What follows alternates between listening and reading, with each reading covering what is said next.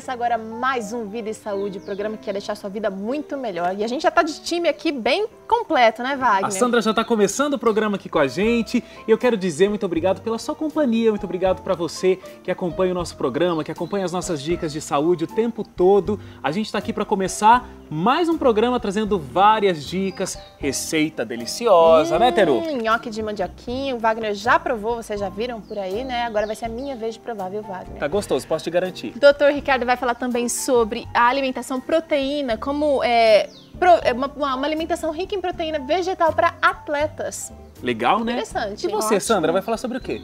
Então, nós vamos conversar um pouquinho hoje sobre o transtorno borderline, como a família pode lidar com algum parente, né, que sofre dessa psicopatologia. De repente ajudar ou de repente dar um reforço. Isso. Legal. Daqui a pouquinho a gente fala sobre isso, mas quero dizer também que o quadro No Plantão a gente vai estar recebendo o médico veterinário Dr. Henry e ele vai conversar com a gente sobre a humanização dos animais. A gente sabe que cada vez mais os bichos têm entrado na casa dos seres humanos, têm vivido com a gente, fazem parte da nossa família. Agora, será que a gente não tem humanizado esses bichos demais? Será que não tem um prejuízo aí para eles e quem sabe até pra gente? Nós vamos conversar tudo isso no quadro No Plantão daqui a pouquinho. Vida e Saúde está apenas começando. Vamos conversar então com a Sandra. É muito difícil lidar com alguém que tem alguma dificuldade como o borderline. Eu acho que é bom definir, Sim. né, Sandra? O O borderline. que é essa? É uma síndrome? É uma psicopatologia, uma doença psíquica. Ela não é uma doença muito típica, ela é rara, Teru, muito rara, né? As características principais é que o indivíduo ele tem uma dependência de um vínculo forte com alguém. Então vamos pensar assim, como se fosse uma planta que precisa de um tronco para sobreviver. Então ela se agarra no outro, né? Ela chega a sufocar este outro. Então tem uma mudança de humor muito 8 ou 80, dificuldade nos projetos de vida, começa uma faculdade, começa outra, começa outra, e vive mais ou menos em prol de estar cativando essas pessoas para ter este vínculo, tá? São algumas das características dessa psicopatologia. E é difícil lidar com isso. Eu penso que é difícil lidar com o esquizofrênico, com todas as, né? O transtorno borderline, mas o transtorno bipolar, mas realmente precisa ter uma forma muito específica. No caso do transtorno borderline, o que acontece é que o indivíduo ele vai fazer de tudo na família para manter a atenção, para justificar as próprias reações. Então, é preciso que a família coloque limites, né? Que coloque alguns limites, que não permita que essa pessoa faça o que quer o tempo todo. O limite é uma coisa extremamente importante. Mas, por outro lado, precisa ficar muito atento, porque há uma tendência a suicídio. Então, havendo uma manifestação, a família precisa ficar de olho, né? Precisa ficar atento a outras psicopatologias que acabam desenvolvendo junto, como, por exemplo, a bulimia, algumas coisas desse tipo. Então, a família também não pode colocar uma expectativa muito grande e passar essa expectativa para o indivíduo de melhora, porque isso só atrapalha, porque aí vem a ansiedade, que piora a situação. Então, é legal, se você tem uma pessoa em sua família, colocar metas de crescimento. Mas essas metas, desde que elas não sejam metas absurdas, que a pessoa não vá conseguir, porque vai aumentar a frustração. Então, pequenas metas, né, e uma luta em conjunto da família toda, como, por exemplo, arrumar um trabalho para essa pessoa. Mas precisa ser um trabalho que essa pessoa consiga desenvolver, né? E não já exigir que ela faça mestrado, doutorado, porque não vai alcançar isso assim tão rápido. A pessoa tem uma dificuldade de terminar o que ela começa, né? Então tem que ir com bastante calma. Às vezes, planos que deem para serem cumpridos a curto prazo, né, curto prazo. Um curso rápido, um curso livre, pode facilitar. Exato. Porque também acho que quando a pessoa consegue terminar uma coisa, isso dá uma motivação, com né? certeza. E abre possibilidades para ela acreditar que é possível fazer um pouco mais. E as terapias, né, Sandra, ajudam, auxiliam de alguma maneira? As terapias, de terapia repente, ajuda com artes, muito, com música, com esportes. Exatamente. Eles são um pouco inquietos, eles têm um pouco de dificuldade nessa concentração. Mas, com certeza, pintura em tela, né? são coisas muito interessantes para a pessoa estar desenvolvendo. Com certeza, Teru. Agora, o principal é não se permitir, como família, ser manipulado. Por quê? Porque é uma coisa muito lógica, porque não é o cicrano que está com essa doença que faria isso, ou qualquer pessoa faria, até eu faria. Você tem uma doença e essa doença justifica todas as suas ações absurdas. Então é fácil se colocar como o doente e fazer o que quer. Então, uma coisa que tanto o terapeuta como a família precisa ir colocando para essas pessoas é que há uma perda muito grande em agir dessa forma. Quando você alcança uma independência de vida, quando você alcança realizações, isso é muito mais prazeroso do que viver fazendo o que quer e arrumando uma boa justificativa porque é doente. Então a família também precisa cuidar com isso, tá? E aí eu digo que entra a questão do limite. A família também precisa se impor e dizer, não, peraí. Até aqui. Até aqui vai. Porque senão a pessoa toma conta e envolve a família toda e tem justificativa para qualquer ação negativa, né? E você falou, Sandra, e que a aí pessoa... não melhora. Você falou que a pessoa, ela se liga a uma pessoa e ela precisa da aceitação dessa pessoa. Ela se liga a uma pessoa ou duas pessoas ou ela se liga às pessoas de um modo geral? Há uma busca, às vezes existem pessoas específicas, um perfil de pessoas específicas, mas geralmente são várias, mas algumas em maior intensidade, outras em menor intensidade.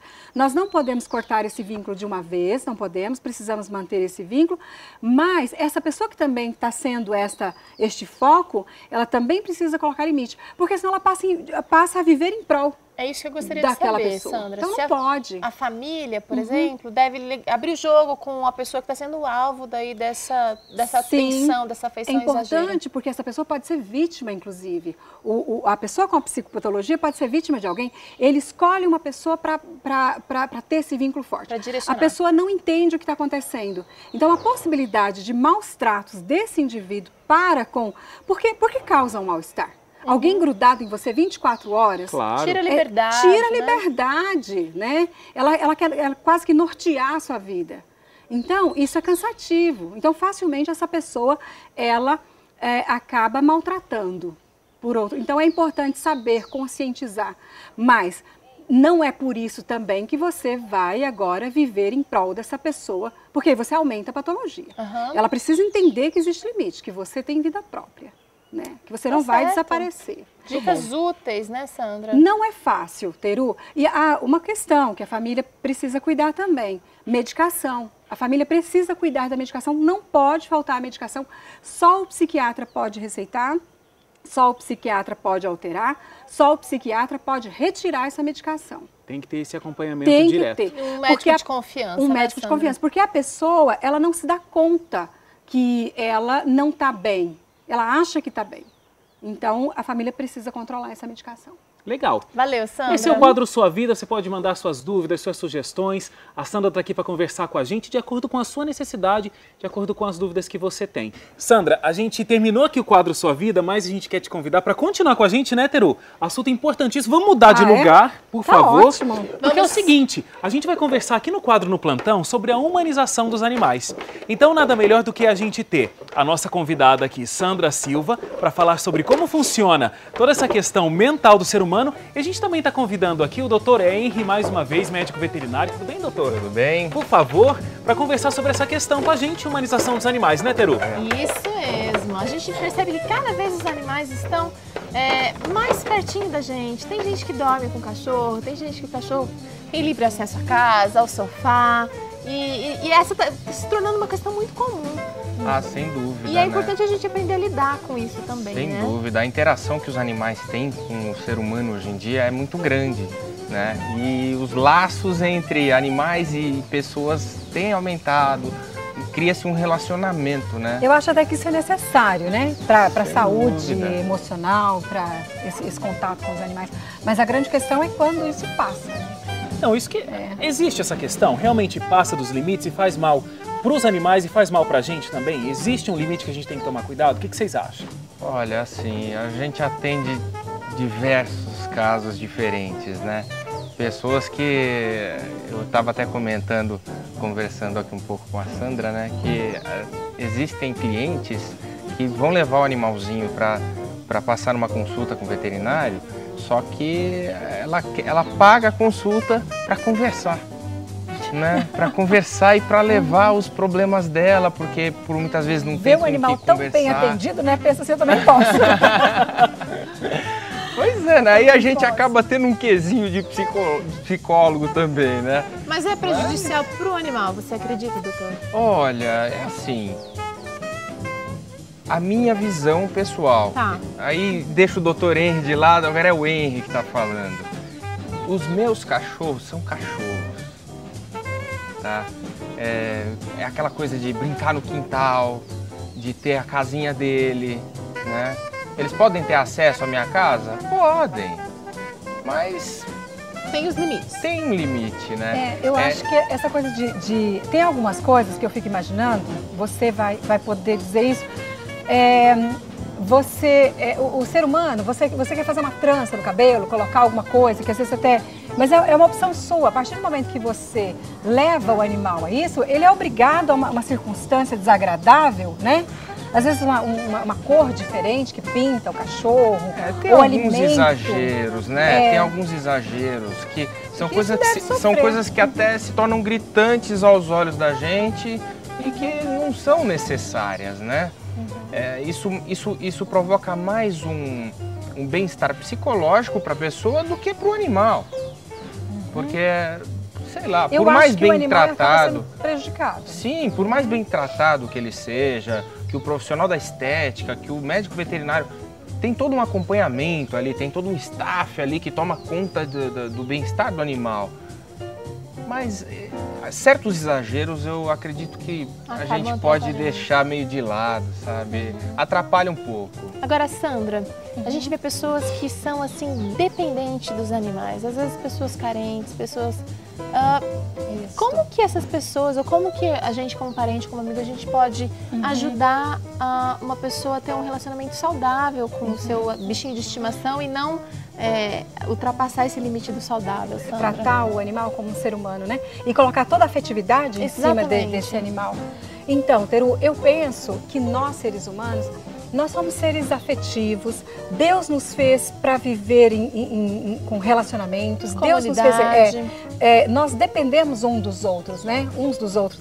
E eu gosto de pensar assim, nós conseguimos ser egoístas do jeito que somos, mesmo sendo dependentes das outras pessoas. Imagina se não fôssemos, né? Então Deus sabia muito bem o que estava fazendo.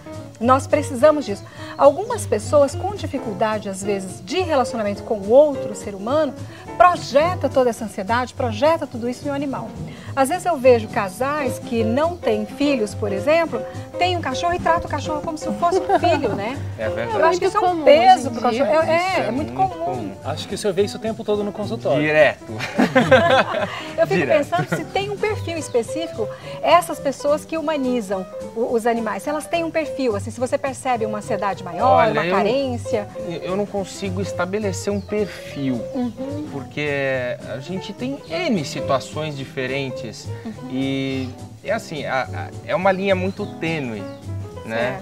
A gente precisa até tomar bastante cuidado para não... Às vezes a gente fala assim, a gente está falando pro bem da pessoa e ela entende que não, tá me pichando, tá... Sabe, acaba se ofendendo mesmo, porque ela gosta, ela ama o animalzinho dela, ela quer tratar daquele jeito. Pra gente, pode não ser o melhor, mas às vezes a pessoa também está passando por algumas dificuldades. Eu atendo diversos clientes que assim, tem problemas de relacionamento com o marido, tem problemas de relacionamento com o filho, né? E aí o foco da vida muda. Né? E centraliza tudo no animalzinho. Acaba sendo uma responsabilidade gigantesca para nós veterinários cuidarmos desse animal, né? Desse Porque tipo ele ganha de uma animal. Importância gigante, sem né? Dúvida nenhuma, sem dúvida nenhuma. Eu até falo brincando, né? Que isso é uma faca de dois legumes, né? Porque assim, ao mesmo tempo que é um cliente em potencial, né? Porque não mede o quanto vai gastar. Com relação a isso é muito bom pra gente. Sim, né? Com certeza. A veterinário também gosta de ganhar dinheiro. Claro, né? com todas as profissões. A gente tem que viajar pra Europa, a gente tem que trocar de carro, né? Tá certo. Mas brincadeiras à parte, é assim. ao mesmo tempo que tem vamos chamar até de vantagem, de ter um cliente esse retorno bom, material, assim, desse retorno financeiro, a gente tem uma responsabilidade muitíssimo grande. Porque qualquer erro, qualquer gafe, você está lidando com o ente mais precioso que aquela pessoa tem. Né? E que por muitas vezes toma o lugar de às outras vezes até de um familiar, né? Sim, de outras que deveriam ser a importância da vida. Você acaba tendo a mesma sensação que o médico tem, né? Ao perder um paciente. Sem dúvida. E essas histórias, gente, de pessoas que deixam herança para animais de estimação, é um caso extremo de humanização, né, Sandra? Eu fico pensando na necessidade dessas pessoas em fazer isso, né? E se há essa necessidade dessa projeção, dessa afetividade tão grande com esse animal, e a aproximação desse animal esse tempo todo e nos hábitos desse ser humano, a possibilidade do comportamento deste cachorro passar a ser um comportamento muito típico desse indivíduo é muito grande, né? Você deve perceber que o cachorro acaba parecendo muito, né? Por causa desse vínculo forte. Eu costumo até dizer para todos os meus clientes, o comportamento do seu animal é reflexo do seu comportamento. Então, um animal que é super agitado, geralmente o dono é mais agitado. Eu tô lembrando, às vezes os pais falam, né? Minha filha é muito agitada, ela não para dentro de casa. Aí eu faço a seguinte pergunta, quem que é o agitado? É você ou seu marido? Porque um dos dois, e aí o cachorro é a mesma coisa. Pois E tem gente que aí o cachorro fica agitadíssimo, pega o remédio que o psiquiatra passou para ele e dá pro cachorro. Verdade? Verdade. Com esta informação... Sim. Gente, o papo tá bom e tá indo para um extremo aqui, que a gente pode até tratar qualquer dia. Eu quero agradecer a presença de vocês dois, que enriquecem o nosso programa, dão profundidade e levam informação útil e importante para você que está assistindo. Obrigada mais uma vez. É um prazer estar aqui. Muito obrigado.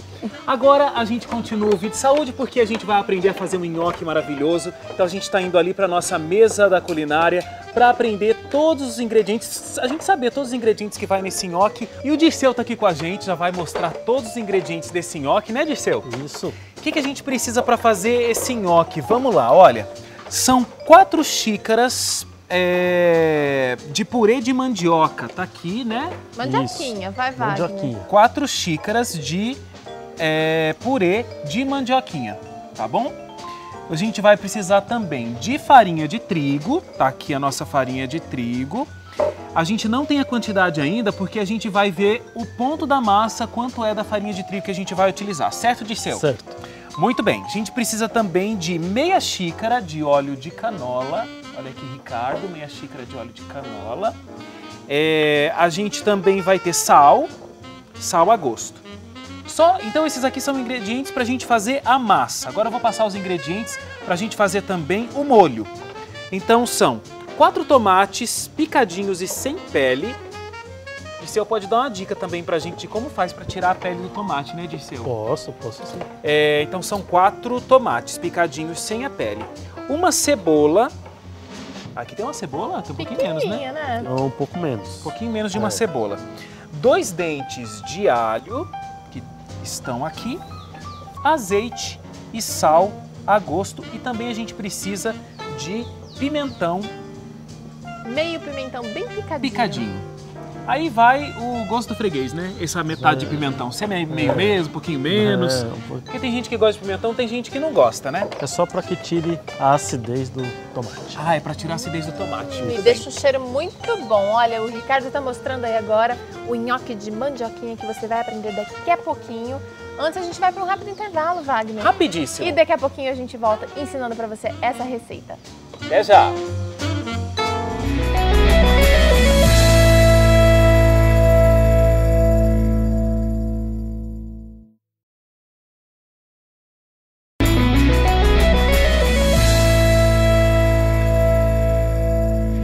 De volta com o Vida e Saúde, direto aqui da Clínica Adventista Vida Natural, esse lugar que é um paraíso, né, Teru? É um paraíso. Você que tiver a oportunidade de passar por aqui, não vai se arrepender. Vai passar por tratamentos naturais, hidroterapia, comida saudável, gente legal e muito mais. Tudo aqui na Clínica Adventista Vida Natural. Pacote completo. Eu quero aproveitar para mostrar para você, olha, um livro que talvez você não tenha visto ainda. Vou mostrar aqui. o Dicas e Delícias da professora Elisa Biasi. São receitas e são dicas de saúde para você que tem muitas dúvidas, que precisa tirar essas dúvidas. É um livro muito gostoso de ler, uma letra fácil. E você está vendo aí também onde adquirir esse livro. É só entrar no nosso blog, tem todas as informações para você adquirir esse e outros títulos que a gente já tem falado aqui na clínica. Falando em interação, Wagner, eu quero mandar beijo para algumas pessoas que têm acompanhado o nosso trabalho e que têm tentado mudar de vida. Olha, vou deixar os dois primeiro para você, tá, Wagner? Eu quero mandar um abração para o Carlos Santos Souza e para Fabiana Pertilli.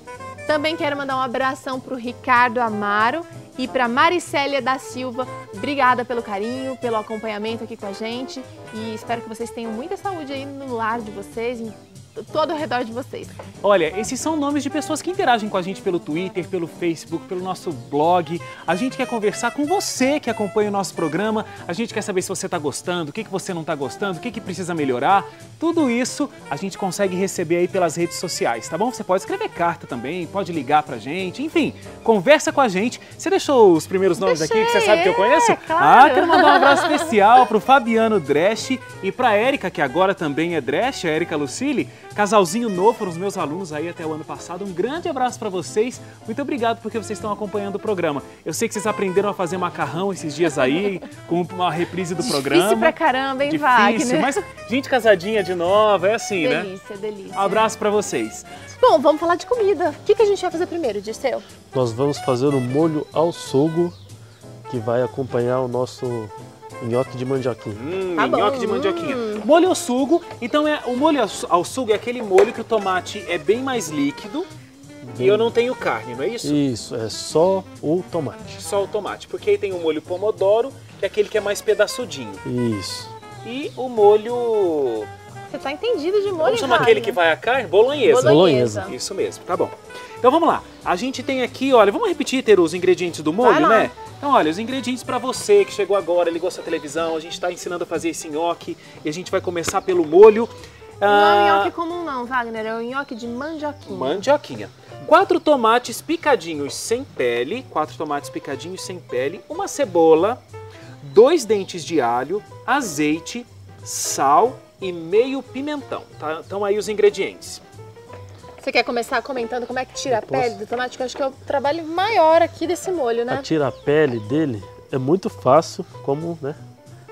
A gente coloca a água fervendo, quando ela levantar a fervura, você pega o tomate e corta ele assim em cruz, sabe? Só na superfície dele, né? Acho que a gente pode pegar uma batata para demonstrar. Isso. Você tem uma faca aí, Dirceu? Uma faquinha? Aqui, olha. Então, gente, exercício de imaginação, esta batata se transformou agora num tomate. A gente vai cortar ele assim.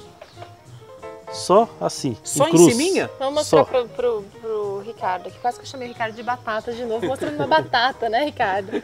Olha, Basta... então ele fez só um cortezinho aqui, o tomate tá cru, tá inteiro e a água tá fervendo. Exatamente, aí a gente vai pôr aqui... Só em uma extremidade? Só. Do tomate? Não só. faz nas duas? Não tem necessidade. E aí? Deixa eu ver? Por volta de 5 a 10 minutos, ele já vai dar aquela inchadinha que já está no ponto. Aí você escorre e quando você escorre ele já deixa ele esfriar um pouquinho, né? Para não queimar a mão. Queimar a mão, né? Aí você já vai ver que já vai soltando a pelinha dele assim pela parte que você cortou. Aí já fica assim. Legal, limpinho, olha, muito bom. hein? A gente está tão acostumado aqui na clínica que a gente já tem o tomate pronto, sem a pele, já picadinho, pronto para receita. Tão mimados. Vocês estão mimando a gente. Que a gente não tem nem para demonstrar aqui como faz para tirar a pele do tomate. Mas vamos lá, como é que faz o molho? Então a gente vai dar uma refogadinha no nosso alho e na nossa cebola. Tá legal. A gente vai colocar um pouquinho de óleo. Que é um azeite, na verdade, aí, né? É um azeite, é. Tá. Mas a gente pode já vir com o nosso alho. Só para dar uma refogadinha rápida. É só dar aquele sustinho no alho e na cebola, né? Não é para ficar preto, não. A cebola dá aquela murchadinha rápida também. E já, logo em seguida, o tomate. O nosso tomatinho. É engraçado que às vezes a gente tem a impressão de que se você não fritar o alho e a cebola, a comida vai ficar com gosto muito forte desses dois temperos. Mas não é. Mas toda a comida que a gente come aqui na clínica, que é preparada dessa maneira, que é uma maneira mais saudável, não tem esse gosto forte do alho e da cebola, porque ele acaba cozinhando junto com o alimento, né, Dirceu? Verdade. O pimentão é para que tire aquela acidez, né? Para que a gente não precise usar. Tem gente que usa açúcar, Isso, né? é verdade. Esse tipo de coisa. Então, o pimentão ele tem o mesmo efeito do açúcar. Aí não vai Legal. precisar. Né? Aí ele vai deixar ele sem aquela acidez, né? E já tá ficando bonito. E cheiroso. O que mais que eu... Aqui nosso- você tem o quê? É um Manjericão. manjericão. O manjericão ele dá um gostinho especial no Mas é só no final. no molho. Só no final, quase no final. E se eu quiser colocar outro tipo de tempero, posso? Pode. O que eu você posso sugere? colocar? Ah, esse molho aqui você pode, se você quiser fazer ele a bolonhesa, aí você pode já agora colocar A carne vegetal. isso, a carne vegetal que ela já vai se misturando aqui e já fica já o molho A bolonhesa, aí. A bolonhesa, muito legal. né? E só faltou o nosso salzinho aqui, né, pra dar o gostinho. Ó, ele já vai apurando, né? E você sempre gostou de cozinhar, Dirceu? Eu sempre gostei. E aprendeu com quem? Na realidade, eu comecei a trabalhar num restaurante como garçom. E nisso eu fui vendo, né, entrando na cozinha e vendo e Surgiu o que interesse. peguei O gosto gosto. pela coisa e já tô há pelo menos uns 10 anos já. Que Olha, legal, muito bem. Tá Enquanto isso- borbulhando aí o molho, eu queria saber o seguinte, qual é o ponto para eu desligar o fogão? O ponto para desligar o fogo, aqui no caso, o ideal é você abaixar o fogo, né? tá. Abaixar o fogo para ele apurar, que a gente fala. Então ele vai ficar bem uniforme, né? Ele não vai ficar pedaçudo assim. Até ele né, Derreter mais a cebola. derreter um pouco mais os ingredientes que a gente colocou e ele ficar, né? Ele vai dar mais uma corzinha aqui também, conforme ele vai fervendo. Então a gente vai fazer uma paradinha pro intervalo. Quando a gente chegar na volta, eu acho que o molho já vai estar bem no ponto pra gente mostrar, né? Boa Então, ideia. paradinha rápida, a gente também vai desvendar o mistério dessa massa de nhoque que todo mundo acha que é muito difícil. Vamos ver se é mesmo, né, Teru? Não, eu acho que não vai ser não, porque o molho a gente decifrou rapidinho, né, Wagner? A massa também vai ser assim. Vai, O Vídeo Saúde vai dar uma paradinha rápida, então não sai daí, a gente volta já. daqui a pouquinho.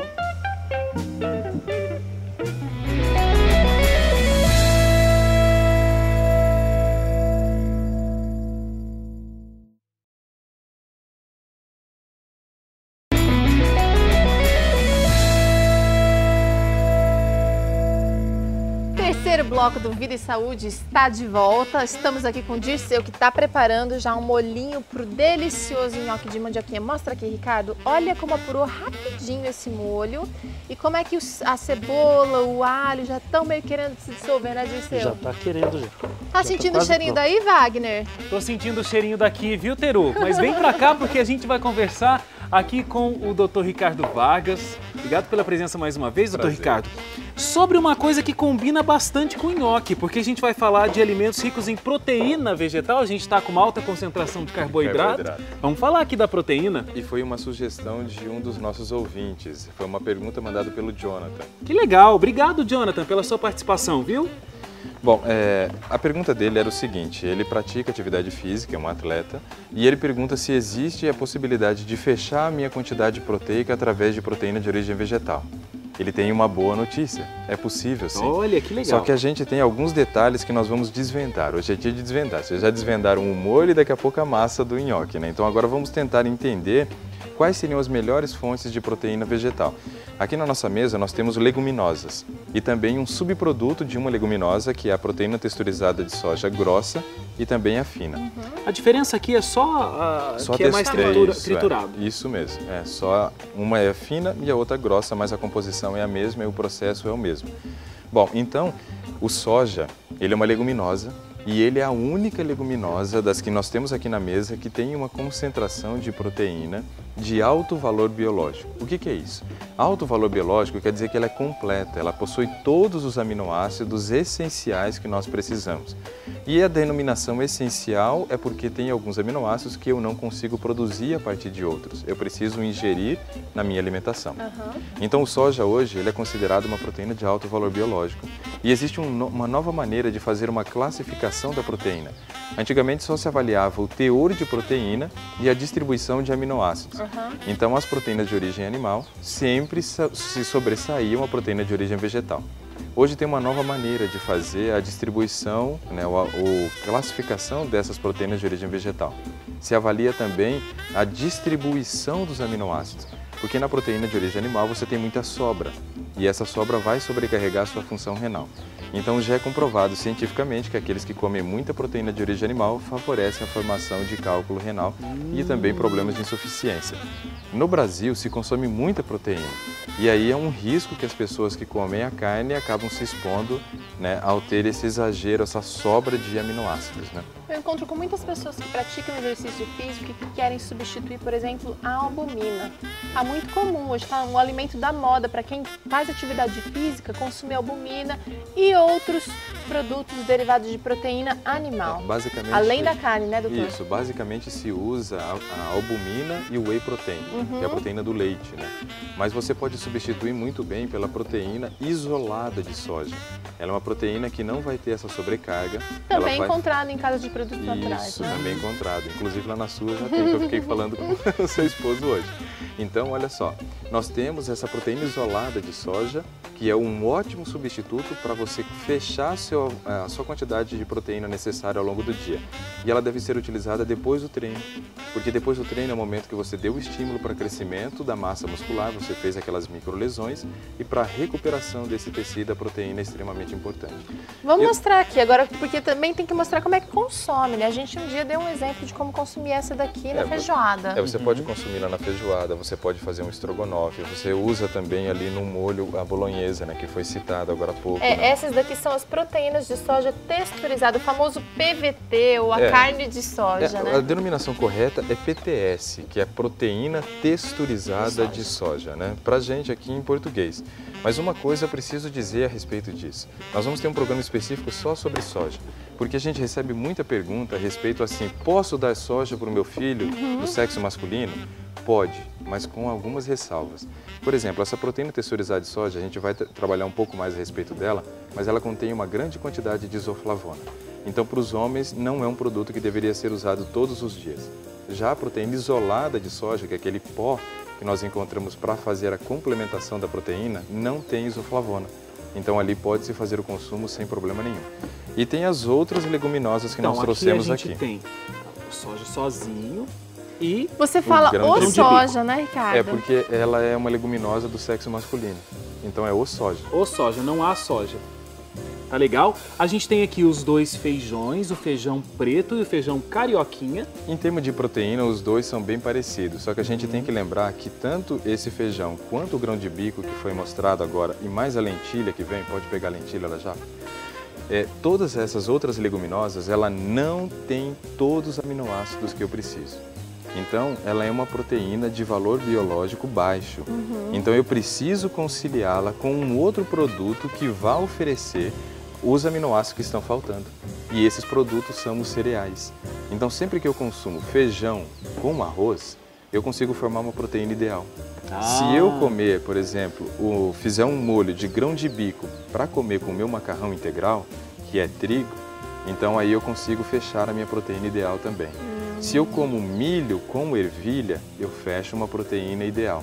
Então nunca essas outras leguminadas, fora o soja, deve ser consumida isolada, sempre acompanhada com o carboidrato, no caso, que seria o nosso cereal. E existe mais alguma coisa que o atleta deve saber a respeito de proteína vegetal? Olha, tem uma coisa que é um lanche rápido que a gente pode fazer para o atleta, que aí ele vai ter proteína de alto valor biológico e também vai ter uma quantidade calórica que favorece no ganho de massa muscular. Que seria você comer um pão integral com pasta de amendoim. Amendoim, leguminosa e o pão feito do trigo cereal. Então você forma a proteína de alto valor biológico tem uma gordura boa, importante para o nosso corpo, e daí tem o carboidrato integral, então você tem uma refeição completa num lanche desse. E isso depois do treino, né? Depois do treino, que é o momento que você precisa para a construção muscular. Agora a gente pode um dia até ensinar a fazer uma pasta de amendoim, né? Porque essa que a gente encontra no mercado não é essa a indicação, né, doutor Ricardo? A pasta de amendoim que você acha no mercado, ela vai ter alta concentração de açúcar. E aí açúcar ele não é bom para nenhum estágio da nossa vida, muito menos para atleta.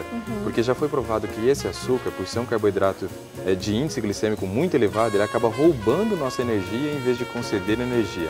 Nós sofremos um processo chamado hipoglicemia de rebote ao fazer o consumo então desse carboidrato de índice glicêmico muito alto. Legal. Tá bom. Obrigado, doutor Ricardo. Por nada. E respondida a dúvida do nosso amigo Jonathan, obrigada pela sua participação. Agora nós vamos para a culinária. Finalmente fazer a massa de nhoque, né, Wagner? É isso mesmo, e olha, massa de nhoque é um terror. Quando eu digo pra alguém que eu fiz uma massa de nhoque, a pessoa, meu Deus, mas você passou quanto tempo na cozinha? E não sei o que. Eu tô curioso aqui pra ver, porque o pessoal tem medo de massa de nhoque, né? Tem medo porque eu acho que a pessoa ela tem medo de chegar no ponto dela, né? Será? Eu acho que a pessoa tem medo do trabalho que dá, porque suja né, tudo. suja. Agora o Wagner contou aqui pra gente, Dirceu, que ele, quando ele vai pra cozinha, ele faz. E eu já provei o nhoque que ele prepara, é muito bom. Modéstia à parte, né, É bom, Wagner? né? Só que eu tenho uma maquininha pra cortar a Também massa do tem essa nhoque, máquina, né? é ótimo. Agora vamos ver como é que ele faz sem a maquininha. A maquininha minha é esta aqui.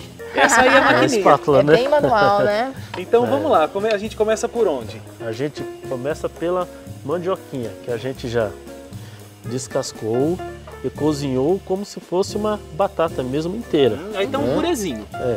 Um purezinho. E aí vai então agora o purê de 4 xícaras de mandioquinha. Isso, vamos pôr só uma parte. Aqui a gente pode ir fazendo em partes. Pra ir vendo o ponto. Isso, que se a gente fizer inteira, conforme a gente vai modelando, ela pode ir desandando, que a gente fala, né? E a gente vai ter que acrescentar mais farinha, acrescentar mais farinha. Então olha só, ele colocou um pouquinho só da mandioquinha, agora ele vai adicionar não sei o quê. Isso, agora eu vou adicionar um pouquinho de óleo, é muito importante agora. Bom, essa parece ser uma receita fácil, porque a quantidade de ingredientes é relativamente pouca.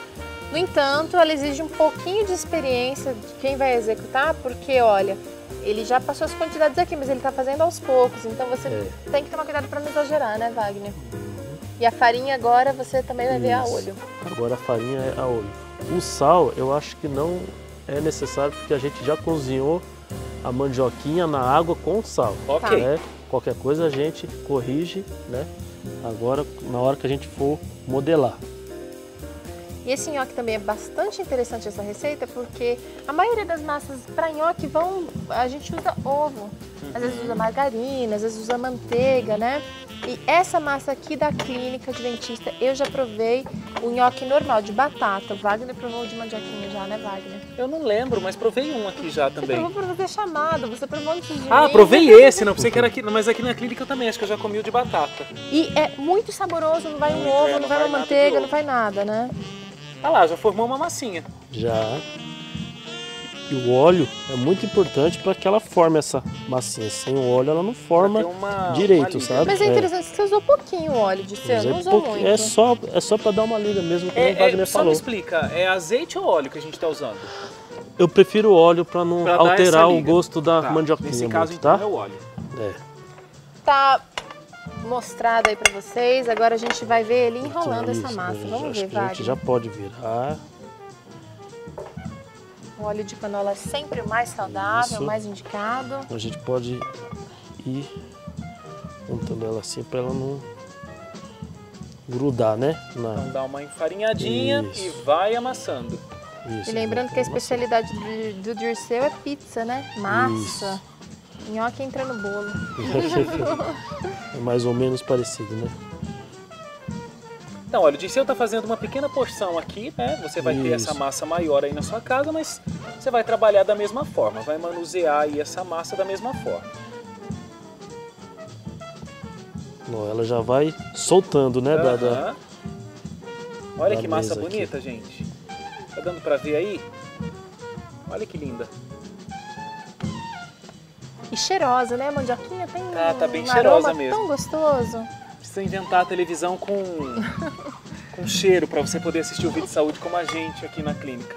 Olha, agora essa é a hora que a gente vai, né, modelando Vai começar a a enrolar. massa agora. Então vai fazendo um rolinho mesmo, Isso. assim. Se você vê que está muito grande, você pode dividi-lo já. Né, reserva aquele para enrolar depois. Aí você vai, né? E você corta ela bem pequenininha ou meio grande? Porque eu tô Isso. vendo que o seu nhoque ali, o pronto, você deixou ele meio grande. Aquele lá ficou um pouco grande, Mas se eu cortar pequeno, dá certo também. Dá certo. Eu vou cortar ele um pouco menor agora pra gente ver, né, que vai do gosto, né? Tem gente que gosta maiorzinho, Maior. tem gente que gosta bem pequenininho, né? Menor. Até na máquina que a gente tem de fazer nhoque, tem 3 tamanhos Tem diferentes, modalidades. Isso. Wagner tá muito íntimo Ó. com esse assunto de nhoque. Aí agora a gente já vai. Vou tirar isso aqui daqui pra mostrar melhor pra você que tá assistindo. Agora aqui a gente escolhe se a gente quer ele um pouco menor, um pouco maior, né? Vou pegar pra sentir, gente, a massa. Olha a prática do Dirceu, gente. Rapidinho. Olha lá, pra você que tava com medo de fazer um nhoque, você viu que é simples, né? E essa massa eu posso provar crua. Pode, Não pode. tem nada. Ela tá semi. Ela só vai Saborosa, dar bem uma. saborosa. Agora Agora eu quero ver, Wagner. você tem que cozinhar isso ainda? Tem. Tá. Aqui no caso já vai estar a água reservada, fervendo já, né? Pra gente colocar o nhoque dentro da água.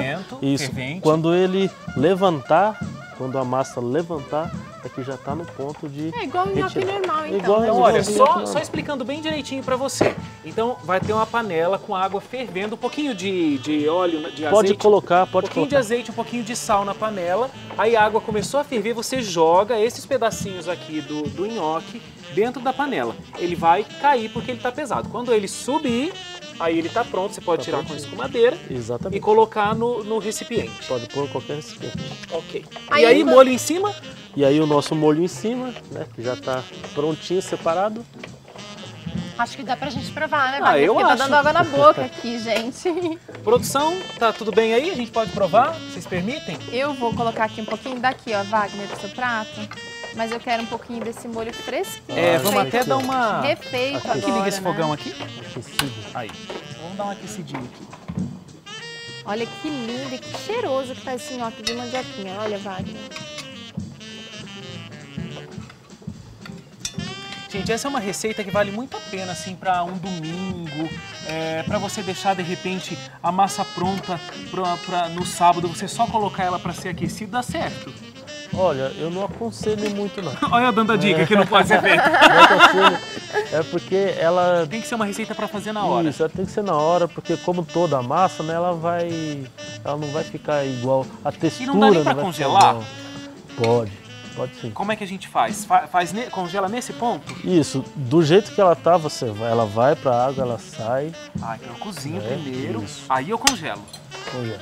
Ah, legal. O cheiro desse molho tá demais. Pera aí, Wagner, que eu quero colocar um enfeite Como que eu faço para descongelar, Dirceu? Porque assim, então eu cozinhei, né? Aí eu congelei. Como é que eu faço para descongelar? Olha, até agora muita gente tá usando micro-ondas mesmo. Micro-ondas né? mesmo. Micro-ondas Coloca mesmo. lá. É, mas sem ser no micro-ondas, você pode usar um banho-maria, né? Que ela vai descongelar e vai ficar muito Depois bom. eu posso colocar um pouquinho no forno com molho? Pode, Tá legal. pode ser. Enquanto o Wagner está desvendando os mistérios do nhoque congelado, não vem não, que eu descongelado, também vou eu provar, acho uma hein? ótima receita para criançada fazer. Se você vai fazer no domingo, forra lá a sua mesa, deixa Vai todo ser a mundo festa se da sujar, farinha, ela vai ser feliz, muito né? legal, né? Experimenta aí, depois... Telu, o que você me diz?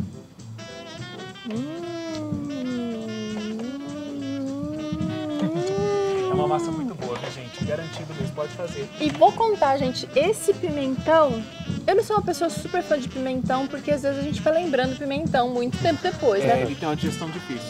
Mas o pimentão vermelho, ele digere mais fácil, pelo menos pra mim. E deu um toque, um sabor, um aroma. Todo especial no molho de tomate, né? 100% desse. É legal fazer o molho de cachorro quente com um pouquinho de pimentão também, fica uma delícia. A gente tá comendo um prato, falando de outro. É uma alegria, né? Ele não deixa o molho ficar enjoativo, né? Não deixa. Gostei, 100% aprovado. Quero mandar um beijo pra você que curtiu com a gente o programa até aqui. Um beijo pra você que tenta mudar de vida, que tenta fazer sua vida melhor. E um beijo pra todo mundo que participou desse programa, né, Wagner? É verdade. Incluindo o Dirceu, incluindo todos os administradores aqui da clínica que dão o maior apoio pra gente. Valeu, um beijão e até o próximo programa, gente. Até a semana que vem, fique com Deus e cuide da sua saúde. Tchau, tchau.